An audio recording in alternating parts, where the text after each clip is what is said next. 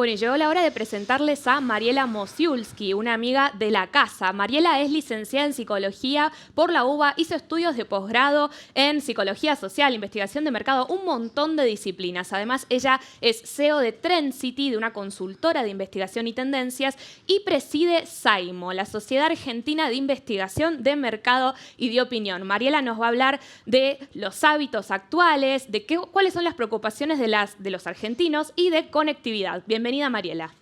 Hola, muchas gracias por invitarme.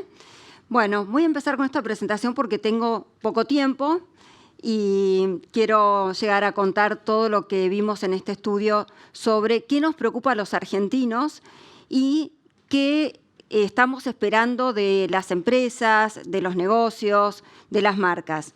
Hicimos un estudio, como pueden ver, con 1000 casos, total país, 50% hombres, 50% mujeres, de 18 a 66 años y en un nivel socioeconómico amplio, incluyendo el D1, que es la clase, el nivel socioeconómico bajo, más cercano al C3, al medio.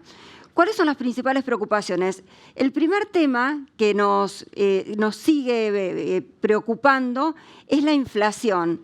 La inflación sigue liderando el ranking de preocupaciones, seguida por la economía familiar, la situación laboral, o sea, el temor al desempleo, la inseguridad y también, por supuesto, la salud, la pandemia. Pero la inflación, en las distintas mediciones que fuimos haciendo, sigue liderando este ranking. Bueno, tenemos, por otro lado, como grandes temas, ¿qué pasó con el trabajo? Esta redefinición del trabajo que nos tomó por sorpresa, que fue una migración forzosa del trabajo que estábamos haciendo al formato remoto, redefinió nuestra forma de vivir, de movernos en el hogar, de poder ayudar a nuestros hijos a estudiar, de cómo organizarnos con las compras, cómo comprar, cómo informarnos, y un 42% declaró que vio su actividad interrumpida. Entonces esto nos presenta también un gran desafío porque realmente no estábamos preparados para que todas las actividades pasaran por la conectividad. Entonces, ¿cómo se siente la gente? ¿Cuál es el impacto emocional? Nosotros medimos distintas emociones, distintas sensaciones y lo que vimos es una especie de montaña rusa de altibajos emocionales.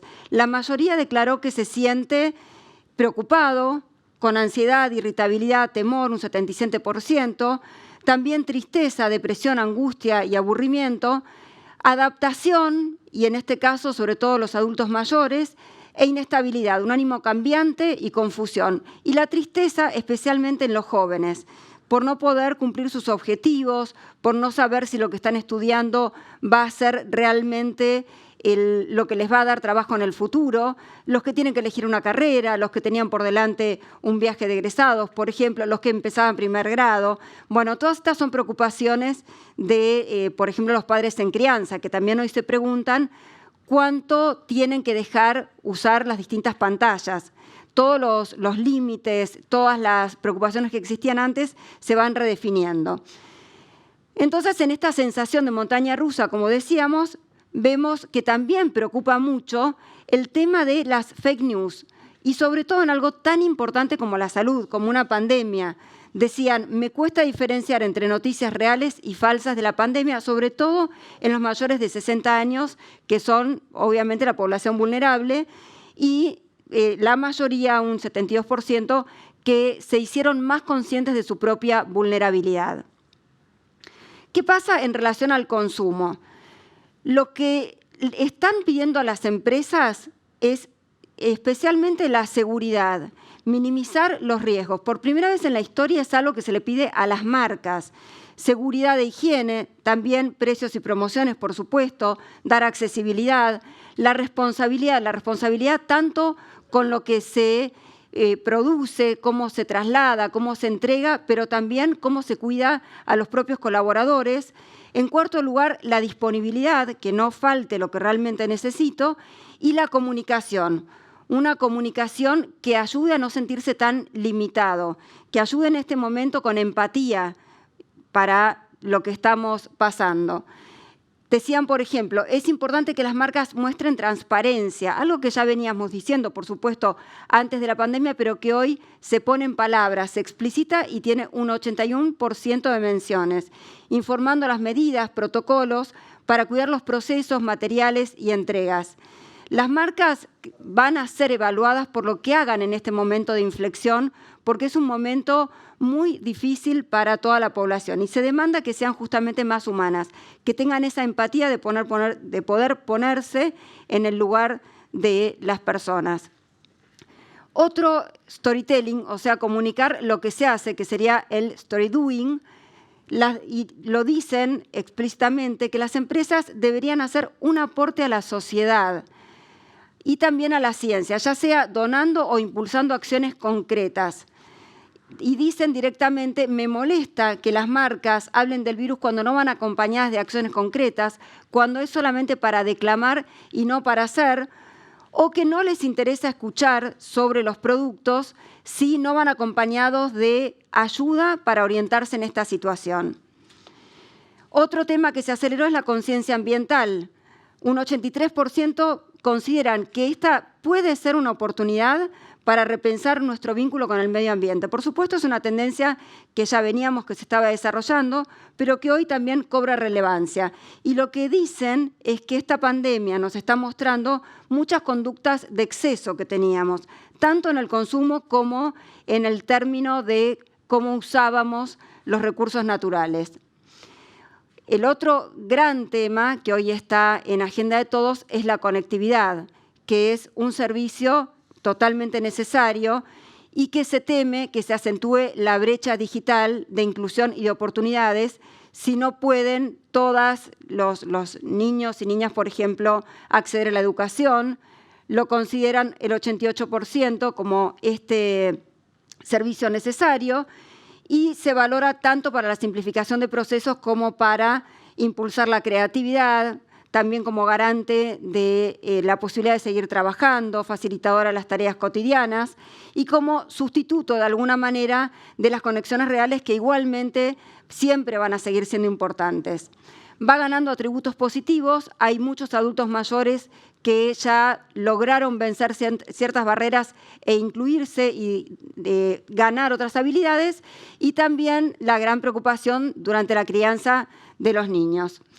Una fuerte dependencia con la sensación de que si se cae Internet, se cae todo, entonces sería imposible encontrar una salida porque nos remite a espacios de soledad, la falta de esta conectividad. El mayor costo social, como veníamos diciendo, de la brecha de inclusión siempre es para los más vulnerables. Acá vemos cómo las grandes pandemias han probado profundizar, y si bien no fueron pandemias, porque no fueron pandemias mundiales, pero sí crisis sanitarias importantes, la brecha entre los más ricos y los más pobres, que es lo que nos dice el coeficiente Gini, ¿no? Aquí lo tenemos como fue creciendo, fue una encuesta en varios países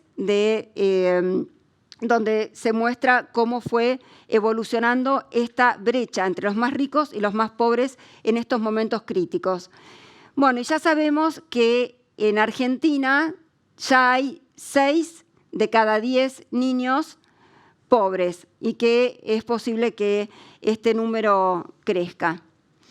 Esta es la estructura socioeconómica al inicio de la pandemia. Este es un anticipo del nivel socioeconómico que se realiza justamente en Saimo y donde con estimaciones ajustadas a la base de datos de la EPH se puede ver cuál es el ingreso promedio y cuánto representa la clase media-baja y la clase baja superior o de 1, que son en total 8 millones de hogares y cerca de 30 millones de argentinos, y son los que están en riesgo de caer un escalón, como ocurrió en otras crisis económicas. En cuanto a estrategias de consumo, los niveles más altos también registran un impacto negativo en sus empleos, en sus ingresos, pero pudieron ir reasignando prioridades, compras racionales, en cuotas, y los niveles más bajos, sin tanto poder de estoqueo, tuvieron que ir haciendo un aprendizaje y recurrir a aprendizajes anteriores con ofertas, con promociones,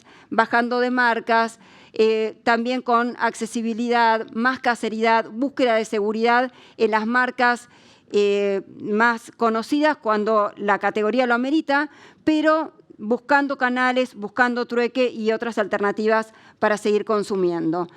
Se triplicó en el peso del canal online. 1 de cada 10 argentinos compró online por primera vez, alimentos y bebidas, delivery, y cayeron, obviamente, los comercios minoristas y la moda como un gran perdedor de este momento, un 32%. Estos fueron algunas de las categorías que más se pidieron en las plataformas online para adaptarse a este nuevo contexto: laptops, productos de limpieza, entretenimiento, hogar y muebles. Bueno, y como recapitulando, dejo una síntesis de todo lo que hablamos. La inflación sigue siendo el mayor temor, las redefiniciones en materia laboral nos afectan a todos, el impacto emocional es muy importante, por primera vez se registra esta demanda de seguridad en un sentido amplio, crece la importancia de las acciones de las empresas, no solamente de lo que se dice, se van superando barreras de acceso al mundo